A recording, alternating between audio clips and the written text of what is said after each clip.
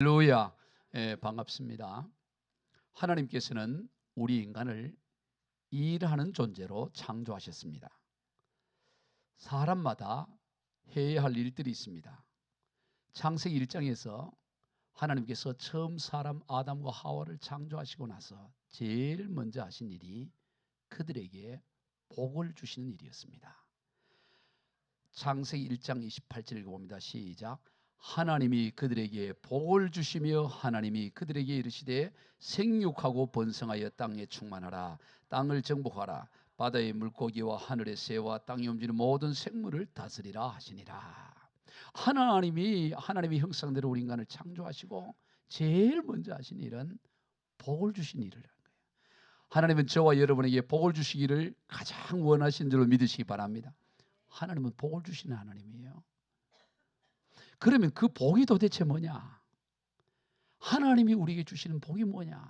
그것은 바로 하나님이 복을 주시며 그들에게 이르시되 그 복의 내용이 오늘 본문에서 생육하고 번성하여 땅에 충만하라. 땅을 정복하라. 바다의 물고기와 하늘의 새와 땅에 움직이는 모든 생물을 다스리라. 이게 하나님께서 우리에게 주신 복이라는 거예요. 한마디로 말하면 땅에 충만한 일을 하는 것, 생육하여 번성하는 것, 땅을 정복하는 것, 모든 생물을 다스리는 그 일이 하나님이 우리에게 주신 복이다라는 거예요. 따라해 봅시다. 일이 복입니다. 여러분, 일이 복이에요. 우리 흔히 일복이 있다 이러잖아요. 맞는 말이에요. 일은 복입니다. 하나님이 우리에게 일을 주셨어요. 이거를 세번역 성경에서는 이렇게 기록했습니다. 같이 읽어봅니다. 하나님이 그들에게 복을 베푸셨다. 하나님이 그들에게 말씀하시기를 생육하고 번성하여 땅에 충만하여라. 땅을 정복하여라. 바다의 고기와 공중의 새와 땅에 살아 움직이는 모든 생물을 다스려라 하셨다. 하나님이 복을 베푸신데 그 복의 내용이 뭐냐? 이런 일 저런 일 이런 일을 해라. 바로 일을 하는 게 하나님이 우리에게 주신 복이라는 거예요. 여러분, 일은 죄의 결과로 생겨난 것이 아닙니다. 원래 아담과 하와가 죄를 범하지 않았으면 일하지 않았을 텐데 그렇지 않아요. 하나님은 처음부터 우리 인간을 일을 하는 존재로, 그래서 일을 할 때 행복하며 하나님의 그 주신 영광을 누리도록 그렇게 창조하신 것입니다. 그래서 일은 죄의 결과가 아니고 일은 본래 하나님 우리에게 주신 복이다. 이게 일거리가 있다는 게 이게 복이에요. 아멘. 일이 있다는 게 하나님 주신 복이라는 것입니다. 왜냐하면 하나님께서도 일을 행하시기 때문에, 하나님께서도 지금도 일을 하고 계시고 하나님은 계속 일을 하셔요. 예수님도 일을 하고 계세요. 그러니 오늘 우리도 일을 하는 게 당연한 거예요. 예레미야 33장 2절입니다. 시작. 일을 행하시는 여호와, 그것을 만들며 성취하시는 여호와, 그의 이름을 여호와라 하는 이가 이와 같이 이르시도다. 일을 행하신다는 거예요, 하나님은. 그리고 일을 만들며 성취하시는 분이 하나님이라는 거예요. 우리 예수님도 그렇습니다. 요한복음 5장 17절, 예수께서 그들에게 이르시되 내 아버지께서 이제까지 일하시니 나도 일한다 하시매. 하나님 아버지도 일을 하시고 예수님도 일을 하시고 그 하나님의 형상으로 지음받은 우리도 일을 하는 거예요. 그래서 일을 하는 것은 하나님이 우리에게 주신 복인 것입니다. 그래서 사람마다 해야 할 일들이 있어요. 그것이 곧 그의 사명인 것이죠. 따라서 모든 사람은 사명이 있습니다. 여러분, 사명이 없는 인생이 없어요. 다 사명이 있어요. 사명이 다른 게 아닙니다. 우리가 해야 할, 그 사람이 해야 할 일이 사명인 거예요. 하나님이 그 사람이 해야 할 일로 맡긴 것이 그게 사명인 거예요. 그래서 사명이 없는 존재는 아무도 없어요. 다 사명이 있습니다. 사명의 종류와 형태는 다양하죠. 그러나 그것이 궁극적으로 지향하는 것은 하나예요. 이런 저런 일, 사람마다 일들이 다르고 또 각각 사명이 다르지만 그 궁극적으로 추구하는 지향점은 하나예요. 그게 뭐냐면 하나님의 나라를 세우는 일이에요. 우리 모든 사람들이 다양한 일을 하지만 그 일을 통해 궁극적으로 추구하는 것은 뭐냐? 하나님의 나라를 세우고 하나님의 나라를 이루어가는 것이 이게 궁극적 사명이에요. 그래서 예수님께서 이 땅에 오셔서 공생의 사역 가운데 하신 가장 핵심적인 사역이 뭐였느냐? 바로 하나님의 나라를 이 땅에 선포하는 일이었습니다. 예수님이 이 땅에 공생의 사역을 하시면서 제일 먼저 선포하신 메시지가 마가복음 1장 15절에 나옵니다. 같이 읽어봅니다. 시작. 이르시되 때가 찼고 하나님의 나라가 가까이 왔으니 회개하고 복음을 믿으라 하시니라. 예수님이 이 땅에 와서 일갈 첫 번째 하신 메시지가 뭐냐? 하나님의 나라가 왔다. 그러니 회개하고 그 하나님의 나라를 받아들여라. 이 예수님의 메시지의 핵심. 그래서 해 바실레이와 투데우, 하나님의 왕국, 하나님의 나라가 예수님의 주제였습니다. 그것을 선포하신 것입니다. 그러면 하나님의 나라는 무엇일까요? 예수님이 전한 이 하나님의 나라가 어떤 것이 하나님의 나라일까요? 그것은 바로 하나님이 통치하는 나라를 말하는 거죠. 하나님이 통치가 있는 것이에요. 하나님의 다스림이 있는 곳이 그게 하나님의 나라예요. 하나님의 온전한 통치가 이루어지는 곳, 하나님의 온전한 다스림이 있는 곳, 하나님의 뜻이 온전히 이루어지는 곳, 그게 하나님의 나라라는 것입니다. 따라서 우리의 모든 일을 통하여, 모든 사명을 통해서 하나님의 다스림, 하나님의 통치, 하나님의 나라가 세워지기를 우리가 추구해 가야 되는 것입니다. 그게 복음이에요. 하나님의 통치, 하나님의 나라. 여러분 구약 성경에도 복음이 나옵니다. 구약 성경에서의 복음이 뭐냐? 좋은 소식, 복된 소식이 바로 이 하나님의 통치를 선포하는 거라고 말씀해요. 이사야 52장 7절 읽어봅니다. 시작. 좋은 소식을 전하며 평화를 공포하며 복된 좋은 소식을 가져오며 구원을 공표하며 시온을 향하여 이르기를 내 하나님이 통치하신다 하는 자의 산을 넘는 발이 어찌 그리 아름다운가.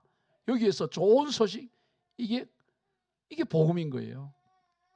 복된 좋은 소식, 이게 복음인 거죠. 좋은 소식, 복된 좋은 소식이 뭐냐? 내 하나님이 통치하신다. 이게 좋은 소식이요, 복된 좋은 소식이라는 거예요. 이게 곧 하나님의 나라인 것입니다. 여러분, 우리가 여러 많은 일들을 하지만 그 일들을 통해서 하나님이 통치하고 계신다, 하나님이 다스리고 하나님이 온전히 이끌어 가신다. 이것이 바로 하나님의 나라, 하나님의 나라를 세워가는 것이라는 것입니다. 그래서 예수님께서 제자들에게, 기도를 가르쳐달라는 제자들에게 뭐를 얘기하시냐면 마가복음 6장 9절 이해합니다. 시작. 그러므로 너희는 이렇게 기도하라. 하늘에 계신 우리 아버지여, 이름이 거룩히 여김을 받으시오며 나라가 임하옵시며 뜻이 하늘에서 이루어진 같이 땅에서도 이루어지이다. 여러분, 우리 주기도문의 가장 핵심이 뭐냐? 제자들, 우리가 무엇을 기도해야 됩니까? 라고 기도했을 때 너희는 하나님의 나라를 위하는 기도를 해라. 하나님의 나라가 어떤 나라입니까? 하나님의 이름이 거룩히 여김을 받는 곳, 하나님의 뜻이 온전히 이루어지는 곳, 하늘에서 이루어진 것처럼 땅에 온전히 이루어지는 것, 그게 곧 하나님의 나라, 그 나라가 임하기를 간구해라 하는 것입니다. 여러분, 오늘 우리의 모든 기도는 여러 가지 다양한 여러 형태의 기도를 하지만 궁극적으로 초할 것은 뭐냐? 하나님의 이름이 그 일을 통해서 거룩히 여김을 받고 그 일을 통해서 하나님 되심이 나타나며 하나님의 온전한 뜻이 이루어지기를 구하는 거예요. 그게 궁극적인 우리 기도의 목표가 되고 추구해야 될 방향이 되는 것이죠. 그래서 오늘 우리가 이 하나님의 나라를 세워가는 일, 이게 우리의 사명인데, 이 사명을 이루어가기 위해서 제일 먼저 해야 될 것이 뭐냐? 이 사명의 영역을 분명히 해야 되는 것입니다. 여러분, 우리가 하나님의 일을, 사명을 감당함에 있어서 하나님이 어떤 일을 내게 맡기셨는가, 어디까지가 내가 감당해야 될 영역인가, 이 영역부터 분명히 해야 되는 거예요. 여러분, 우리 인생은 제한적인 거죠. 우리 인생이 살아가는 날은 제한이 되어 있습니다. 그 제한된 시간 가운데 제한된 일을 할 수밖에 없는 거예요. 다 할 수가 없습니다. 좋은 일이라고 다 합니까? 그럴 수 없어요. 하나님이 우리에게 줄로 지어진 구역이 있습니다. 우리에게 맡겨진 영역이 있는 것입니다. 그 영역이 무엇인지를 분명히 하고 그 영역에서 일을 해야 되는 것입니다. 오늘 본문에서 보면 하나님께서 장차 이스라엘 백성들이 이 요단을 건너가서 가나안 땅을 차지하게 될 때 영역을 얘기해 줘요. 영역을 분명히 말씀하십니다. 땅이 있다고 해서 다 차지하는 게 아닙니다. 오늘 그 영역에 대해서 오늘 본문 4절입니다. 시작. 곧 광야와 이 레바논에서부터 큰 강 곧 유브라데 강까지 해쪽 온 땅과 또 해지는 쪽 대해까지 너희 영토가 되리라. 동서남북의 경계를 분명히 합니다. 동서남북의 경계를 하면서 남쪽 경계에서는 광야, 즉 신광야, 아라비아 광야까지고, 그리고 북쪽으로는 레바논 산지까지, 동쪽으로는 유프라테스 강까지, 서쪽으로는 대해 곧 지중해, 이 동서남북의 경계를 딱 얘기하는 거예요. 여기까지가 너가 차지해야 될 사명의 영역이야. 아무리 튀르키예가 좋다고 하더라도 튀르키예를 건너가면 안 되는 거예요. 아무리 알프스산이 좋다고 해서 그 유럽으로 건너가서 하면 안 되는 것입니다. 하나님이 정해놓은 그 동서남북 그 영역에서 그 일을 감당해야 되는 것입니다. 좋은 곳이라고 찾아가는 게 아니에요. 하나님이 맡긴 영역이 있는 것입니다. 그것이 우리가 감당해야 될 것입니다. 이처럼 사명은 뭐 해야 되느냐? 구체적이어야 되는 것입니다. 이것이 내게 주어진 하나님의 사명이다. 이게 분명히 특정화가 되어야 돼요. 막연히 그냥 좋은 일을 하는 게 아닙니다. 이것이 내가 반드시 해야 될 내게 맡겨진 사명이라는 이 사명의 영역부터 먼저 분명히 해야 되는 것입니다. 시편 16편 6절입니다. 시작. 내게 줄로 지어준 구역은 아름다운 곳에 있으며 나의 기업이 실로 아름답도다. 무엇이 아름답습니까? 줄로 지어진 구역이 아름다운 거예요. 하나님이 내게 줄로 지어진 구역이 있습니다. 그 구역 내에서 일을 하는 그게 아름다운 거예요. 그 구역을 넘어서서 좋고 아름답게 보인다고 그냥 그 길을 따라가게 되면 그게 하나님 기뻐하지 않는 거예요. 그것이 비록 작은 것 같고 험악한 것 같고 약한 것 같을지라도 하나님이 내게 줄로 지어진 구역, 내게 맡겨진 그 사명, 그걸 우리가 감당하려고 해야 되는 것입니다. 그 가운데 가장 먼저가 우리가 줄로 지어진 구역이 뭐냐? 그것은 바로 가정이라는 구역이에요. 우리가 지난 가정주의를 통하여 나누었던 말씀처럼 가정은 하나님께서 우리에게 줄로 지어진 가장 기본적인 구역입니다. 그러기 때문에 그 가정에 하나님의 나라가 이루어지기를 우리가 구해야 되는 것입니다. 이게 가장 중요한 거예요. 이보다 중요한 게 없습니다. 그래서 우리 장기 선교사 갈 때마다 제가 늘 신신당부하는 것이 그 나라에 가서 무슨 그 나라 뒤집으려고 너무 애쓰지 말고 제일 중요한 너희 가정부터 행복하게 해라. 자녀 잘 키워라. 애들은 셋 이상 낳아라. 그래가지고 열심히 키우는 거 이게 가장 중요하다. 그랬어요, 안 그랬어요? 항상 목사님은 그걸 강조하는 거예요. 이게 줄로 지어진 구역이라고. 이게 이 가정에 이 하나님의 나라를 세워가는 것은 민족을 복음하는 것보다 더 위대한 일이라고. 이걸 알아야 되는 거예요. 이게 가장 기본적이라고. 이 영역을 벗어놓고 딴 데 돌아봐야 그게 하나님이 세우는 그 팔레스타인 떠나서 로마로 가고 그리스로 가고 엉뚱한 데 가서 일하는 것과 동일한 것입니다. 줄로 지어진 구역이 있어요. 오늘 우리에게 주어진 첫 번째 그것은 뭐냐? 오늘 하나님이 가정이라는 걸 주었습니다. 그래서 우리가 지난 가정주의를 통해서 가정을 믿음의 명문 가문을 세워야 한다 그랬죠. 그래서 내 당대의 가정뿐만 아니라 최소 몇 대까지 책임을 져야 된다 그랬죠? 4대까지. 왜 그래요? 아브라함, 이삭, 야곱, 유다. 이 4대까지 언제나 성경이 이 4대를 얘기하는 거죠. 그래서 기본적으로 우리가 성경적으로 봤을 때 최소한 4대는 믿음의 명문 가문을 세워야 되겠다. 그럼 4대가 되면 어떻게 될까요? 증손자까지. 아멘. 여러분의 증손자까지는 믿음의 분명한 틀을 가질 수 있도록 여러분이 거기에 생명을 걸고 수고하고 애쓰고 추구하고 기도해야 되는 것입니다. 이게 우리에게 가장 중요해요. 여러분 사명을 감당하는 자세는 뭐냐면 그 일에 인류의 운명이 달린 것처럼 감당하는 거예요. 내 증손자까지 믿음의 대를 이어가는 게 이게 인류의 운명이 달린 것처럼 우리가 거기에 집중해야 된다. 이게 사명을 감당하는 자의 자세예요. 이것부터 우리가 분명히 해야 된다. 가정의 그 줄로 지어진 구역, 이게 우리에게 맡겨진 그 영역인 것이죠. 그리고 직장인 것입니다. 우리 그리스도인에서 직장은 단순한 생계 수단이 아니에요. 그저 먹고 살고 돈 벌고 그런 것이 직장이 아니라 그러기에는 우리 인생이 너무나 가치가 있는 거예요. 그저 좀 더 잘 먹고 잘 살기 위해서 직장을 다니고 승진하고 그게 다라면 인생이 너무 허무한 거예요. 직장은 뭐냐? 하나님 왜 우리에게 직장을 주십니까? 그것이 바로 우리에게 줄로 지어진 구역으로 그 직장을 통해서 하나님의 나라가 세워져 가기를 원하는 거예요. 거기에 하나님의 이름이 거룩히 여김을 받으시고 하나님의 뜻이 그 직장 가운데서 나타나시고 하나님이 하나님 되심을 그 직장 가운데서 이루어가기를 원하시네. 그래서 하나님이 우리에게 직장을 주시는 거예요. 아멘. 직장은 그저 먹고 살기 위한 생계수단이 아니라는 것입니다. 언제나 그 직장은 하나님이 우리에게 주어진 사명의 영역이라는 것을 기억해야 돼요. 이게 분명히 해야 되는 것입니다. 내가 공부만 더 잘했으면 여기 이 일 안 하고 딴 거 했을 텐데 그렇게 생각하면 아버지만 잘 만났으면 됐대. 그렇게 생각하면 안 되는 거예요. 하나님이 우선 내게 주어진 이 구역, 여기 하나님의 나라를 세우기를 원하신다. 그걸 놓고 기도하고 그 복음을 전하고 어떻게 하면 하나님의 뜻이 나타나고 그걸 집중을 하면 거기서 하나님 또 귀하게 또 쓰시는 거죠. 아이 너 저 작은 일에 충성했으니 너 요거도 맡아보라. 하나님 계속 그렇게 세워져 가신다고. 그러므로 직장을 그저 생계수단으로만 여길 것이 아니라 그 일을 통해 하나님의 나라가 세워지는 내게 맡겨진 사명의 영역이다. 그러니 이 직장의 복음을 위해서 인류의 운명이 달린 것처럼 우리가 집중을 해야 된다 이 말이에요. 아멘. 그저 사장 눈에나 이렇게 잘 보이려고 그러고 안 보이면 일 그냥 대충 하고 그래 하면 그런 아주 조잡한 인생인 거지. 하나님의 사람은 하나님의 수준의 일을 하는 거예요.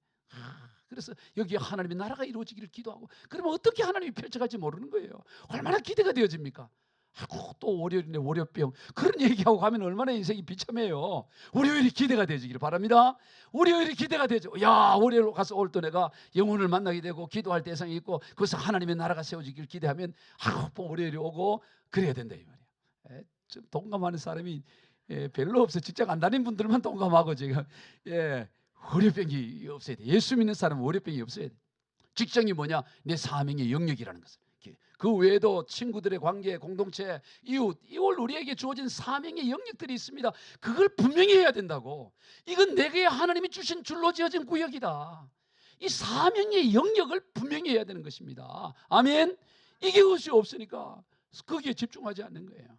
여러분, 사명을 발견하지 못하는 인생, 아무리 부와 기회를 얻고 좋은 직장을 얻고 해도 사명을 발견하지 못하면 인생이 허무해요. 나중에 공허합니다. 내가 이러려고 이렇게 했나? 그런 공허함. 대통령이 돼도 자괴감을 드리는 거예요. 내가 이러려고 대통령이 됐나? 그런 말이 나오는 거예요. 사명을 발견하지 못하기 때문인 거예요.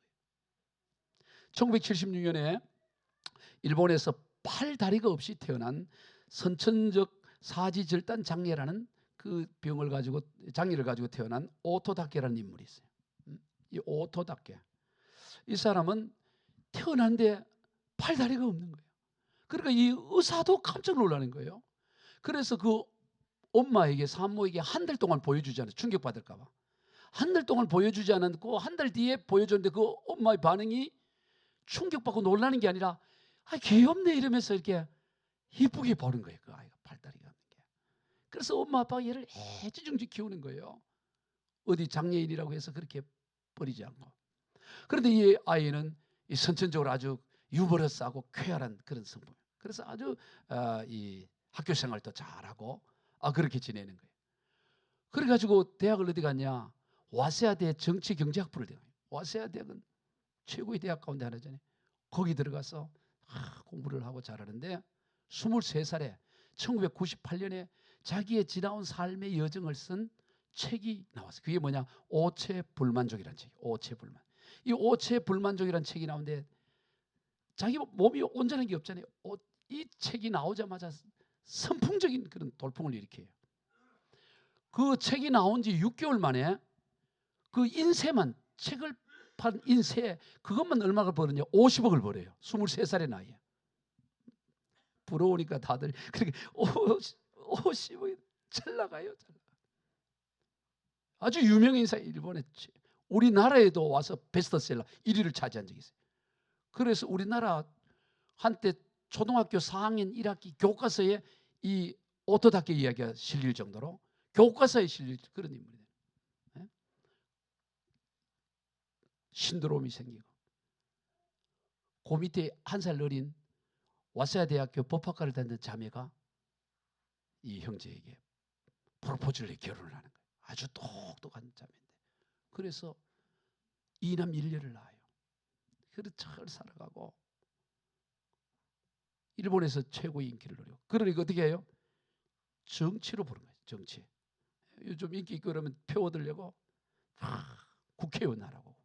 그래서 이도 국회의원. 원래 그가 와세아 대학을 졸업해서 뭘 했냐? 초등학교 교사를 했어요. 통신으로 교과 공부를 해서. 교사도 너무 잘해요. 손발이 없는데도 애들한테 인기를 얻고 잘 강의도 잘하고, 그리고 도쿄도의 교육위원이 되고, 정말 이 모든 사람이 선풍적인 그런 인기를 가지고 잘 나가고 있어요. 그리고 드디어 이제 뭘 하느냐? 내가 이제 국회의원 한번 해야 돼.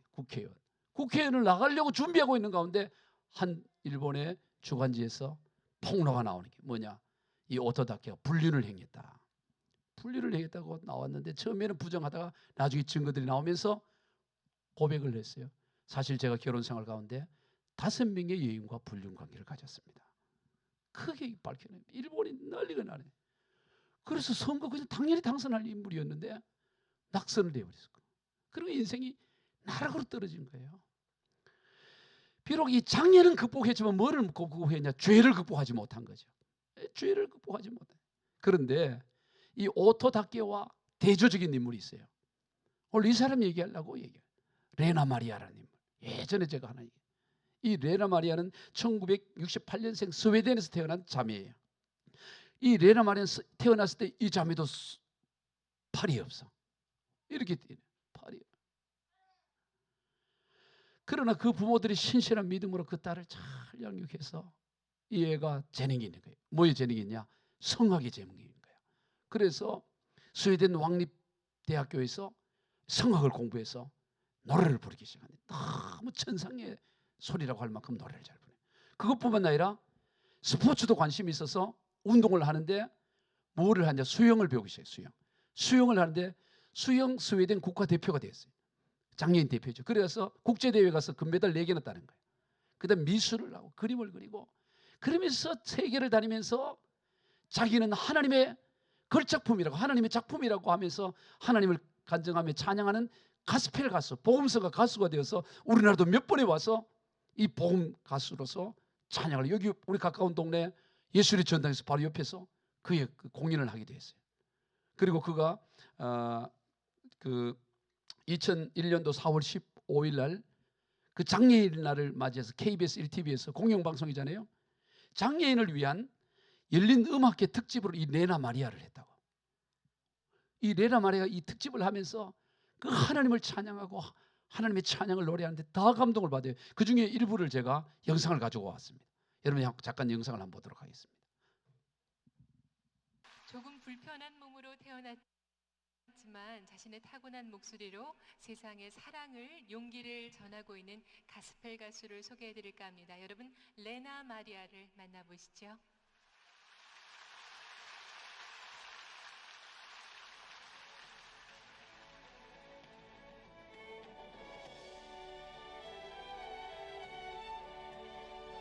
천상의 목소리로 온 세상에 사랑을 전하는 레나 마리아. 그녀는 1968년 스웨덴에서 두 팔이 없고 한쪽 다리가 짧은 중증 장애인으로 태어났다. 정상인과 똑같은 교육을 받게 한 부모의 도움으로 수영과 십자수, 피아노, 요리, 운전에 이르기까지 그녀는 못하는 것이 없다. 그녀는 세계대회에서 4개의 금메달을 땄고 음악을 전공한 후에는 가스펠 가수로 활동하기 시작했다. 꾸준히 노력해서 장애를 극복하고 정상인과 다름없이 많은 일들을 해내고 있는 그녀의 모습은 보는 이로 하여금 숙연한 마음마저 느끼게 한다. 모든 사람은 동등한 가치를 태어났다고 말하는 그녀의 아름다운 노래를 들어보겠습니다. Thank you very much. I sing because I'm so thankful for what life has given me. And I believe that all of us people are very precious. I believe that God has created each one of us for a special purpose and for a special reason. And all of us are different. Maybe sometimes we miss things in life, and sometimes we don't have everything. I don't have any arms, but I have a voice that I can sing with. And it doesn't matter, even if you don't have money, or if you don't have knowledge, or even if you don't have a perfect body, you still have something that is important for the people around you. So all of us has the same value and the same meaning, and we all are precious and unique. The most precious thing in my life, and the thing that has given me the strength and the joy and the power in my life, is the love of Jesus. And in the next song I would like to sing about His grace and His love for us. It may be one of the most famous songs in the world, the song Amazing Grace.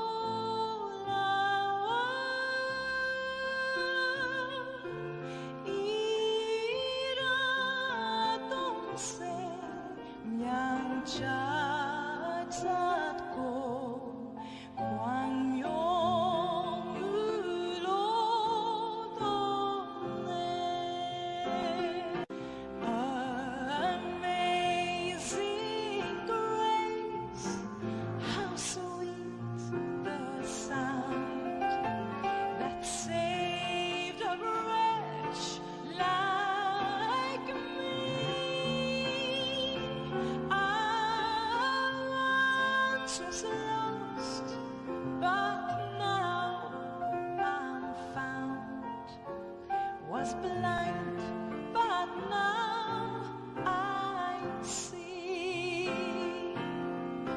'Twas grace that taught my heart to fear, and grace my fear. 자, 여기까지 계속 더 듣고 싶지만 너무 감동적이죠. 예. 이런데도 감동이 안 된다. 병원 가 보셔야 돼요. 뭔가 이게 지금 문제가 되는 거예요. 예. 여러분, 오토 다케와 레나 마이아의 이 두 사람의 극명한 이 대조적인 삶의 차이가 무엇입니까? 오토 다케와 레나 마이아의 근본적 차이가 뭘까요? 사명의식을 발견했네요. 내게 하나님이 맡기신 이 사명이 무엇이냐를 발견했느냐, 발견하지 못하고 살았냐의 인생인 것입니다. 여러분, 사명을 발견하지 못한 인생은 아무리 굉장한 세상적인 성공을 거두어도 공허하고 허무해요. 그래서 뭔가 색다른 거, 새로운 거. 아니, 그 손발이 없이 태어나서 아이 셋까지 놓고 최고의 학부의 법학과를 포기하고 그렇게 헌신하는 그 아내만 해도 감사해야 되지 않겠어요? 만족하지 못하는 거예요. 또 색다른 거, 뭔 다른 거. 여러분, 사명을 발견하지 못하는 인생은 항상 공허하고 허무해요. 그래서 뭔가 다른 것을 찾으려고 애를 씁니다. 그러나 하나님의 사명, 자신이 주신 사명을 발견하는 인생은 아무리 어려운 환경 가운데 있어도 감사와 찬송이 넘치는 인생이 되는 것입니다. 성도 여러분, 오늘 우리에게는 하나님 주신 사명이 있습니다. 하나님이 주신 사명이 있어요. 그리고 그 사명을 하나님께서는 우리를 통해서 친히 행하시겠다고 말씀합니다. 그저 우리 보고 너 이 일을 해라, 저 일을 해라, 그렇게 일을 던져주고 그것이 너의 사명이다 하고 우리로 보고 하라고만 한 게 아니고, 너에게 이 미션, 이 사명인데 그 사명을 내가 너를 통해서 하시겠다고 말씀하시는 것입니다. 그래서 이 일이 복인 것은 뭐냐? 그 일을 하나님이 우리를 통해서 하시기 때문에 그게 복이 되는 거예요. 늘 말씀을 드리지만 하나님의 일이라는 것은 하나님께서 친히 하신 일만이 하나님의 일이에요. 하나님이 우리를 통해서 하신 일이 하나님의 일이지, 하나님이 나를 통해 하지 않고 내가 그저 하나님을 위해서 한 일은 하나님의 일을 한 게 아니에요. 내가 그저 내 일을 한 것에 지나지 않는 것입니다. 오늘 우리는 내 일을 할 것이 아니라, 하나님을 위해서 나의 일을 하는 것이 아니라 하나님께서 나를 통해서 일을 행하시는 하나님의 일, 그게 우리에게 주어진 사명이라는 것입니다. 일의 주체가 누구인지를 분명해야 돼요. 일의 주인이 하나님이라는 거예요. 하나님이 우리에게 미션과 사명을 주시고 그 일을 우리를 통해서 하나님이 친히 행하시겠다, 그 얘기예요. 오늘 본문 3절과 5절과 6절에서 가장 강조된 단어가 뭐냐면 내가가 3절, 5절, 6절에서 몇 번 나오는지 한번 세어보세요. 맞추는 분에게는 밥을 많이 드세요. 자, 3절부터 6절까지 한번 내가가 몇 번 나오는지 봅시다. 시작. 내가 모세에게 말한 바와 같이 너희 발바닥으로 밟는 것은 모두 내가 너희에게 주었노니 내 평생에 너를 능히 대적할 자가 없으리니 내가 모세와 함께 있었던 것 같이 너와 함께 있을 것임이니라. 내가 너를 떠나지 아니하며 버리지 아니하리니 강하고 담대하라. 너는 내가 그들의 조상에게 맹세하여 그들에게 주리라 한 땅을 이 백성에게 차지하게 하리라. 하나님이 여호수아에게 이 가나안 땅, 하나님이 약속한 땅을 차지하게 하는데 내가 하겠다는 거예요. 내가가 몇 번 나왔어요? 몇 번? 예, 5번. 예, 다들 많이 드시기 바라요. 내가 하나님이 하겠다는 거예요. 내가 할게. 내가 너를 통해 할 거야. 너는 강하고 담대해. 내가 하잖아, 이 얘기를 하는 것입니다. 처음에 하나님께서 모세를 부르실 때도 그랬어요. 모세를 처음에 떨기나무 가운데서 그를 부르실 때도 강조한 게 뭐냐면 내가 하겠다는 것입니다. 출애굽기 3장 7절로 8절 시작. 여호와께서 이르시되 내가 애굽에 있는 내 백성의 고통을 분명히 보고 그들이 그들의 감독자로 말미암아 부르짖음을 듣고 그 근심을 알고 내가 내려가서 그들을 애굽의 손에서 건져. 내가 내려가서 하겠다는 거예요. 하나님이 저들의 고통을 듣고 내가 내려가서 내가 저들을 저 시내 산으로 가나안 땅으로 이끌어 가시겠다. 하나님이 하시니. 아멘. 사명의 주체는 하나님이 하시는 것입니다. 하나님께서 우리를 통해서 일을 하셔요. 그게 뭐냐? 우리의 영광이에요. 여러분, 우리의 이 땅에서 우리의 영광이 어디 있어요? 하나님이 우리를 통해서 하시는 그 일이 우리의 영광이에요. 여러분, 모세의 영광이 어디 있습니까? 모세를 통해서 하나님께서 하신 일이 모세의 영광이고 여호수아의 영광은 여호수아를 통해서 하나님께서 하신 일이 여호수아의 영광이에요. 그럼 오늘 저와 여러분의 영광은 뭡니까? 하나님이 우리를 통해서 하신 일. 하나님께서 여러분을 통해서 하신 일이 무엇인지를 돌아봐야 돼요. 그게 여러분의 영광이에요. 여러분, 이제 24일 지나고 이제 6월 3일 선거가 하고 6월 4일 되면 이제 새로운 대통령이 세워지잖아요. 누가 세워질지 모르지만 6월 이제 4일이 되면 대통령이, 새로운 대통령이 이 나라의 최고의 통치권자가 될 텐데, 그 대통령으로부터 전화 오기를 기다리는 사람들이 아마 많이 있을 것입니다. 내 전화기 붙들어 놓고 이제 무음이나 이런 거 해놓고 통화음으로 해놓고 소리 나면 받으려고 기다리는 사람이 얼마나 많겠어요. 전화가 오는 거예요. 김미호님 법무부 장관 하나 맡아주십시오. 그러기를 기다리는 사람, 박 의원님 국방부 장관 이번에 합니다.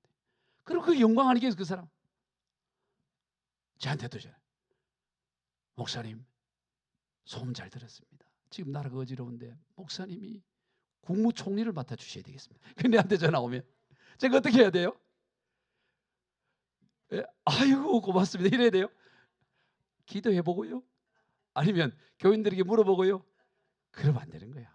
아이고 말씀은 고맙지만 저는 더 높은 분이 맡기신 일이 있어가지고 저는 사양하겠습니다. 그걸 알고 저한테 전화 안 올 거예요. 여러분, 우리가 누구에게 맡긴 게 그게 그 영광이라고. 전화해서 국무총리 자리 맡아, 그럼 그 사람은 그게 영광 아니겠어요? 그런데 만왕의 왕 되시는 하나님께서 저와 여러분에게 일을 맡기시는 거, 그게 우리의 영광인 줄로 믿으시기를 바래요. 그리고 왜 맡기는 게 영광이냐? 그 사람에게 국방부 장관의 일을 맡기면 그 대통령이 그에게 권한을 다 주는 거예요. 그걸 감당할 수 있도록. 법무부 장관을 맡길 때는 법무부 장관으로서 늘 수 있는 권한을 다 부여하기 때문인 거예요. 하나님께서 저와 여러분에게 일을 맡길 때는 하나님이 우리와 함께 하시면서 하나님의 권한을 가지고 그 일을 감당하도록 하시기 때문에 그게 영광이 된다 이 말이에요. 그래서 일이 복인 거예요. 하나님께서 저와 여러분에게 많은 일들을 맡기죠. 그게 왜 복이냐? 그 일을 통해서 하나님이 우리 가운데 역사하고 계시기 때문에 그게 일이라는 것입니다. 그렇기 때문에 우리는 어떻게 해야 되느냐? 하나님의 말씀에 집중해야 되는 거예요. 왜? 하나님이 우리를 통해서 일을 하시기 때문에 하나님이 뭐라고 하시는가? 하나님이 어떻게 일을 하기를 원하시는가? 늘 우리의 초점이 어디에 있어야 되느냐? 하나님이 뭐라고 하시느냐? 이거에 초점이에요. 그래서 오늘 본문 8절을 같이 봅니다. 시작. 이 율법책을 내 입에서 떠나지 말게 하며 주야로 그것을 묵상하여 그 안에 기록된 대로 다 지켜행하라. 그리하면 내 길이 평탄하게 될 것이며 내가 형통하리라. 하나님이 내가 일을 할 테니까 너는 내가 뭐라고 말하는지 거기에 주야로 묵상하고, 이 율법책을 내 입에서 떠나지 말게 하며 주야로 내가 하는 말 그거 따라해. 당연하지 않겠어요? 하나님 우리에게 일을 맡기시고 우리의 자원과 우리 힘으로 그냥 하라는 게 아니고 하나님이 우리를 통해서 일을 하신다면, 그러면 하나님이 어떻게 우리를 통해 일하는지 우리가 거기에 주야로 초점을 맞춰야 되지 않겠어요? 그래서 우리는 늘 하나님이 뭐라고 말씀하시는가 거기에 늘 관심을 가져야 돼요. 하나님은 이 일을 어떻게 하기를 원하시는가? 하나님 틀림없이 나를 통해 일하시는데 하나님 어떻게 일하시는가? 늘 우리의 관심은 이 율법책을 주야로 묵상하며 늘 그 하나님의 음성에 초점을 맞추는 것입니다. 그리고 하나님이 우리에게 맡기신 일은 그 수준이 우리의 수준이 아니에요. 우리의 영역을 벗어나는 하나님의 수준의 일을 맡기는 거예요. 이게 놀라운 거예요. 그래서 우리가 열심히 하면 할 수 있는 그런 일을 맡기는 것이 아니고, 하나님이 우리를 통해서 일을 하시기 때문에 하나님이 하셔야만 될 수 있는 하나님의 수준의 일을 우리에게 맡기신다는 거예요. 아멘. 내 능력으로 할 수 있는 일이 아니라 하나님의 능력으로 해야만 일을 하나님이 맡기시는 거예요. 그러므로 우리의 일의 수준은 하나님의 수준의 일을 하는 거예요. 그러다 보니까 어떨까요? 두려워질 수 있는 거예요. 아이고 내가 이걸 어떻게 해? 내가 이 일을 어떻게 해? 이걸 할 수 없어.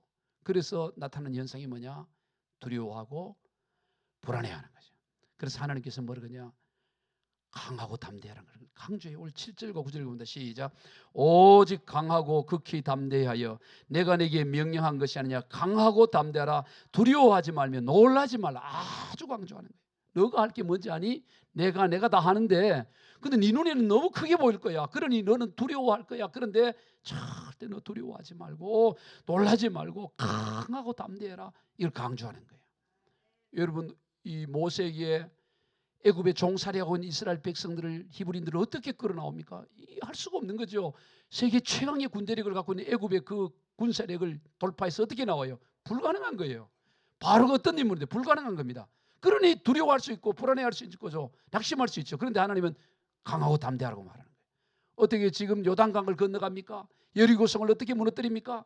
어떻게 7족속 이미 털을 다 잡고 자가 있는데 지금 이 오합지졸이 지른 이들을 데리고 어떻게 그 가나안 땅을 정복합니까? 불가능해 보이는 거예요. 그래서 두려운 것입니다. 약해지는 것입니다. 그래서 강하고 담대하를 강조하는 거예요. 하나님은 오늘 우리가 하나님 일을 담당할 때 네 자원을 하는 게 아니야. 내가 너를 통해 하니까 너는 뭐 하지 마. 두려워하지 마. 약해지지 마. 강하고 담대라. 두려워하면 놀라지 말라. 내가 너와 함께 하는구나. 그럼 여러분 어떻게 하면 우리가 강하고 담대하며 두려워하지 않을 수 있을까요? 그것은 바로 하나님을 집중하는 것입니다. 하나님의 말씀을 주야로 묵상하며 하나님을 집중하니 하나님이 크게 보이는 것입니다. 그러면 어떻게 되느냐? 내게 맡겨진 일이 크게 보이질 않아요. 내게 맡겨진 일을 자꾸 묵상하고 자기를 묵상하면 도저히 감당할 수 없을 것 같아요. 그러나 크신 하나님을 바라보면 그게 작게 보이는 거예요. 그래서 우리가 끊임없이 뭘 해야 되느냐? 하나님을 묵상하고 주야로 주의 말씀을 묵상하고 주님을 바라보는 것이죠. 그러면 그 일이 크게 보이지 않아요. 대수롭지 않게 보이는 것입니다. 그래서 감당하는 거예요. 사명은 하나님을 바라볼 때 우리가 그 사명을 감당할 수 있는 거예요. 어저께 그 선교 모임이 지방에 있어서 목사님들 몇 분 모시고 제 차로 모시고 다 그 참여하고 이제 서울로 돌아올 때 자네 70 중반인 어느 목사님이 간증을 하는 거예요. 이분은 서울의 모 대학에서 박사학위를 받아서 이 학생들을 가르치는 그런 일을 하고 있었는데 하나님이 그를 부르신 거예요. 말씀으로 불러가지고 목회기를 목사 안수를 50회 받았다고 하더라고요. 목회기를 늦게. 그런데 목회가 어려운 거야. 교회를 개척했는데 어렵고 다 그냥 가진 거 다 했는데 그냥 다 보증까지 다 까먹게 되고 다 그냥 어렵게 돼요. 지금까지도 어려워지. 70 중반인데 어려운 세월을 보내는 거예요. 하나님이 안 그랬으면 다 대학 교수들고 이러다 보니까 다들 잘 나가고 다 그런데 자기는 그 너무 어려우니까 이 관계가 끊어지게 되는 거죠. 도대체 내 인생이 왜 이러지? 왜 하나님 나를 잘 나가는 나를 목사로 불러가지고 내 인생이 왜 이러냐고 어려움의 세월들을 보낼 때 하나님 말씀 한마디를 하셔가지고 그 말씀 한마디 때문에 지금까지 견디고 주님 앞에 설 때까지 자기는 그 말씀 하나 가지고 갈 거라고. 그 말씀이 하나가 뭐냐? 하나님이 그가 힘들어할 때 하나님이 이 말씀을 할 때 내 앞에는 우상이 없다 이러시더래요. 따라해봅시다. 내 앞에는 우상이 없느니라. 이 뭔 말일까요? 이 목사님은 어떤 것도 우상을 삼지 않고 있다고 하나님 인정해 주는 거예요. 너는 부귀도 너에게 우상이 아니고 자녀도 없어요. 결혼도 하지 않았어요. 자녀도 우상이 아니고 너에게는 아무것도 우상이 없어. 너는 오직 나만 바라보고 있어. 그게 그분의 상급인 거예요. 그래서 자기는 일생 주님 앞에 설 때까지 자기 앞에 우상을 세우지 않는 거. 남을 비교해서 그게 우상이 될 수 있잖아요. 그런 마음이 생길 때도 내게는 우상이 없지. 다 강남에 잘 살아도 나에게는 우상이 없어. 하나님이 그걸 나를 인정하셔. 그게 내 앞에는 우상이 없어. 그거 하나 가지고 지금까지 살아가요.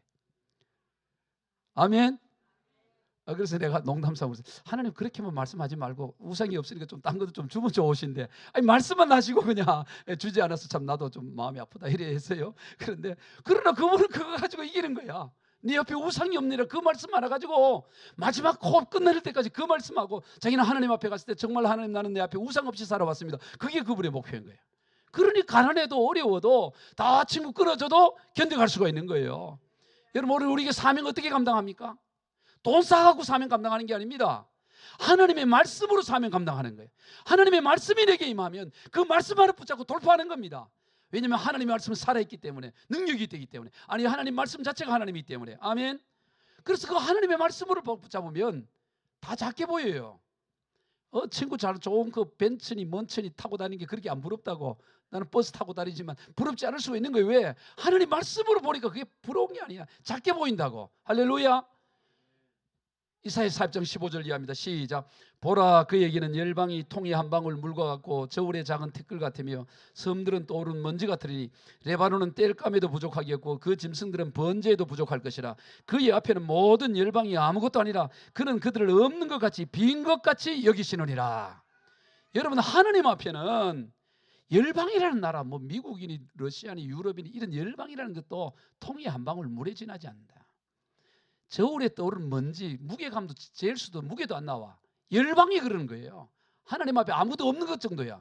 그런데 그 열방 안에서 뭐 대통령이 되고 열방 안에서 뭐 그건 더하지. 열방 자체가 이 물 한 방울에도 지나지 않는데 그럼 뭐가 문제될 수 있겠습니까? 열방 자체가 통에 물 한 방울에 지나지 않고 저울에 먼지밖에 안 되는데 무슨 거기에서 일어나는 이런저런 인간관계의 문제, 소유의 문제, 이게 뭐 문제가 될 게 있냐고. 아무것도 문제가 되는 거지. 정말로 하나님의 눈, 하나님을 묵상하고 하나님이 크게 보이면 세상에 아무것도 문제가 되지 않는 거예요. 이게 능력인 줄로 믿으시길 바랍니다. 오늘 우리에게 이런 능력이 있는 거예요. 그래 큰 게 크게 보이질 않아. 착해 보여요.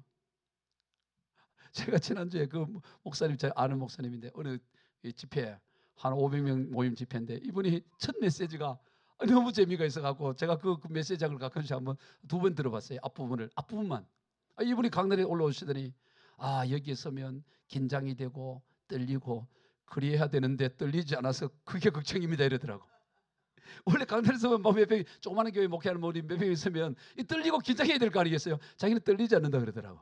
그게 좀 유머를 한 얘기지만 진짜 하나님의 복음 안에 딱 쓰게 되면 1000명, 10,000명이 있어도 그거하고 긴장하고 떨리고 어떻게 하면 잘할까 그러지 않는다고. 작게 보여야 된다고. 아멘. 세상의 문제가 작게 보여야 됩니다. 할렐루야.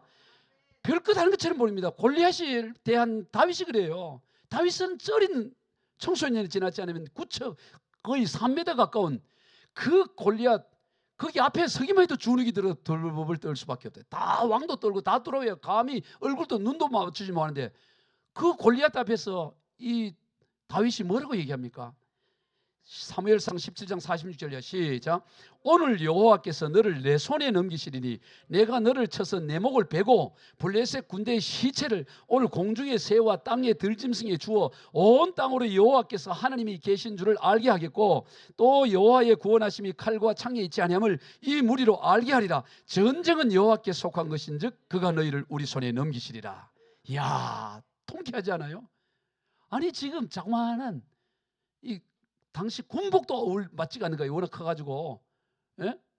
갑옷도 몸에 이게 땅에 대해갖고 없어 그냥 갔다고. 그 다윗이 골리앗을 보는데 골리앗이 그저 강아지 애완견처럼 보이는 거야. 이야, 이게 놀랍잖아요. 그래서 나중에 골리앗이 기가 찬 거야. 그런 말 하니까 네가 나를 개로 여기고 왔느냐 이러는 거야. 진짜 다윗에게는 그냥 개 한 마리 서 있는 거예요. 짖는 개. 그렇게 보이는 거예요. 왜? 하나님, 전능하신 하나님을 바라보고 하나님이 함께함을 믿으니까 그 골리앗이 아무것도 아닌 거예요. 별것 아닌 게 보여요. 대수롭지 않은 게. 여러분 세상이 별것 아니게 보이시기를 주의 이름으로 축복합니다. 세상이 만만하게 보여야 돼. 너 세상 만만하게 보면 안 된다. 뭘 안 돼요? 만만하게. 세상 만만하게 봅시다 얘기하세요. 옆에한테. 세상 너무 만만하게 보세요. 세상 만만합니다. 예. 세상 만만하게 봐요. 뭘 세상이 대단한 게. 예. 직장인 월요병 사장님 만만하게 보라고. 예. 김 과장 대수롭게 생각하지 마. 그것도 불쌍한 애야. 그게 다 두려웠더니 다 불쌍한 영혼이야. 다 하나님이 함께 계시죠. 하나님이 눈으로 보면 세상이 만만하고 별것 아닌 게 뭐 대단한 게 누구 앞에 떨 게 뭐 있어요? 누구 앞에? 예. 누구 앞에 그 긴장할 게 뭐 있냐고. 예. 할렐루야. 그리고 하나님 말씀이만 뭐 했냐? 적극적으로 순종하는 거예요. 오늘 본문에서 하나님이 말씀하니까 이 여호수아가 뭐라고 말하냐? 10절이야. 시작. 이에 여호수아가 그 백성의 관리들에게 명령하여 이르되 진중에 두루 다니며 그 백성에게 명령하여 이르기를 양식을 준비하라. 사흘 안에 너희가 이 요단을 건너 너희 하나님 여호와께서 너희에게 주사 차지하게 하시는 땅에 들어갈 것임이니라 하니라. 여러분 이 장정만 60만이에요. 그럼 200만 명이야. 여러분 200만 명이 짐을 싸려면 며칠 걸릴까요?